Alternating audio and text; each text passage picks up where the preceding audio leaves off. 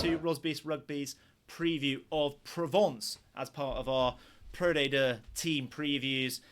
Yes, ahead of the Pro D2 season. Yes, it is August. And yes, I am wearing a puffer jacket. But it is relevant because it is one I picked up in the bargain bin for about €20 when we went to Provence back in 2022 now. But you will notice that it is the old badge and it's got the old name, which was Provence Rugby Aix-Marseille. They are now just plain old Provence Rugby. But a little bit of a hint there that to kind of what the club is about and where it's based. It's based in Aix-en-Provence, but Aix-en-Provence itself is very, very near Marseille, and it's actually the airport of Marseille it's kind of equidistant between Marseille and Aix-en-Provence.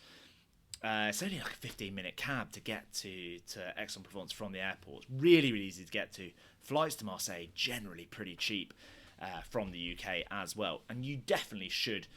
We should visit Aix-en-Provence in its own right because it's a beautiful French town, just stunning and lovely little windy streets, cobbled streets. It's got a daily food market in Place Rochelle, which is kind of everything you expect from a Provençal food market. All the brilliant produce, all the colour. Elsewhere in the town, unfortunately, our favourite Au Vert Levé. If you're in the area, it's moved out of town. That was a really, really good wine bar, a few good beers as well. But Les Vielles Canet is another great natural wine bar in the town. If you can bag a spot on one of the barrels, you've done well. But also, talking of wine, you can get wine at the game. So Stade Maurice David, not only does it have your standard burgers and sausages and that, it does some fantastic empanadas as well, but also has a full seafood cart. Yes, you can get a seafood platter to sit and watch the game with a bottle of wine. They've got a wine bar there as well, loads of wine. But it's amazing, the stall. That has to be seen to be believed if you haven't seen it, either on our socials or somewhere else. But it's like having Borough Market in a rugby ground. And so Stade Maurice David is quite a small ground. You know, it's a lot of metal structures and kind of it feels quite new and also a little bit temporary. But it's metal structures. It's a plastic pitch. It makes a lot of noise. And as a result, well, it's small. They were the only Pro D2 side to sell out every home game last season. And as a result, they won every home game. Well, not as a result, but they did win every home game as well. One of two sides, I think, with an unbeaten home record. So you should definitely get out to Stade Maurice David for all of those reasons. And because they've got a sprinkling of British stars. So George North is the obvious one. Wales and Lions legend, but they've got Tommy Francis, Tamana Harrison. I've probably missed a few others. But plenty of British talent and involvement at Provence as well. But let's get into the team themselves and the preview of the team and the squad. They finished fourth last year, so the second, and they won their home barrage game pretty comfortably, but then got comfortably beaten away at the Stade des Alpes against Grenoble in the semi-final. So that's 2 years in a row they've made the playoffs and lost in the semi-finals. We kind of think they'll be up there again. They're definitely up there. I think they might finish second and go straight through to the semi-finals for a home semi-final, which would be key. Rich thinks they'll finish third. So we're both expecting strong things from Provence this season. Why is that? Well, they've got a pretty settled side. So they do have that. The fact they finished fourth indicates that they need to work on a little bit of their away record, but they were unbeaten at home, and that's a really, really real asset to have in Pro D2. But they've got a really settled squad, and they've retained a lot of their talent. A few key cogs in that side are still there and still very much of the right age and the right profile. So Arthur Coville, he's kind of their main man. Played more games in Pro D2 than anyone else last season because of the playoffs, partly. I think the regular season there might have been someone with a few more games, but he was their captain last season. He's former France under-20s player. And if you listen to our interview with Johnny McPhillips, former Provence man, back in May, I think it was, ahead of the barrage games, he kind of really, really rated Arthur Coville just as a game manager, tactical kicking game, very good, very detail-orientated, which is quite rare in French rugby, but just a brilliant all-round player, brings loads of composure and experience. One of the best players in Pro D2 for the last 2 seasons has been Inga Finau, Kiwi centre, inside centre, absolute heartbeat of the side. They are so good when he plays. He's just a brilliant all-round player. Really physical going forward, really physical in defence, but also has the kind of offloading game, at the line, kicking game as well. You notice Tamana Harrison on that list as well.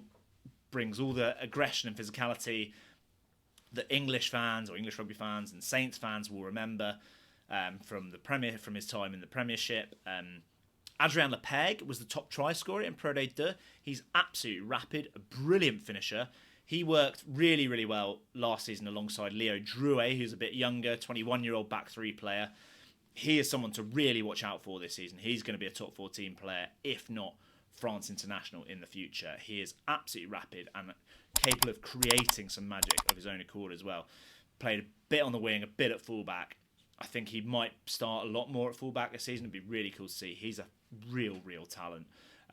They've got other talented players as well in there. So Charlie Gambini is one that's highly rated, a 21-year-old athletic back rower, kind of that 4-6 hybrid forward that they seem to love in France. Just good all-round game, really good at line-out time, good runner in the outside channels. But their game is based on a lot of physicality, so the unsung heroes within that, Isaac Rodder, the former Australian international, he brought a load of quality to Provence last year. He made our Pro D2 team of the season. He's a big unit, brought a load of physicality, but he also brought some real kind of quality and class at line-out time. The kind of grunt in that second row is his second row partner, Andres Zafra, Colombian international, Colombian lock. I think he's one of the co-captains this season as well. He brings loads of aggression around the park, hits loads of rucks.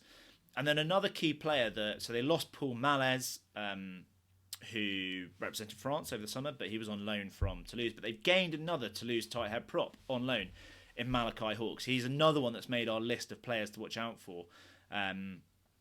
He's a bit cliched, but like Paul Malaise, just has the complete package as a all-action prop. Plays tight head, can run, great lines, great acceleration, can play hooker a bit as well. Australian-born, GIF qualified.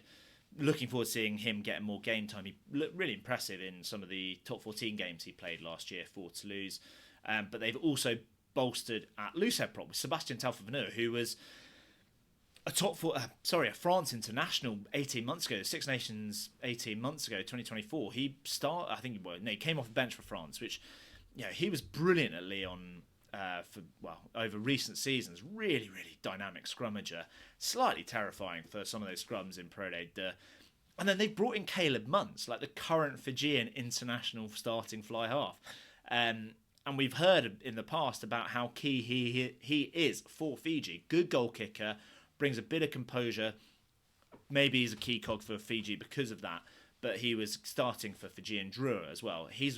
That's a good signing for a top 14 club, let alone a club in Pro D2. This is a club with real ambition. So even though they've lost evergreen young Jimmy Gopper 501 or whatever, 514 or whatever, how many games he's got in professional rugby, he's been released. He's still on the hunt for a new club in Pro D2. We may still see him.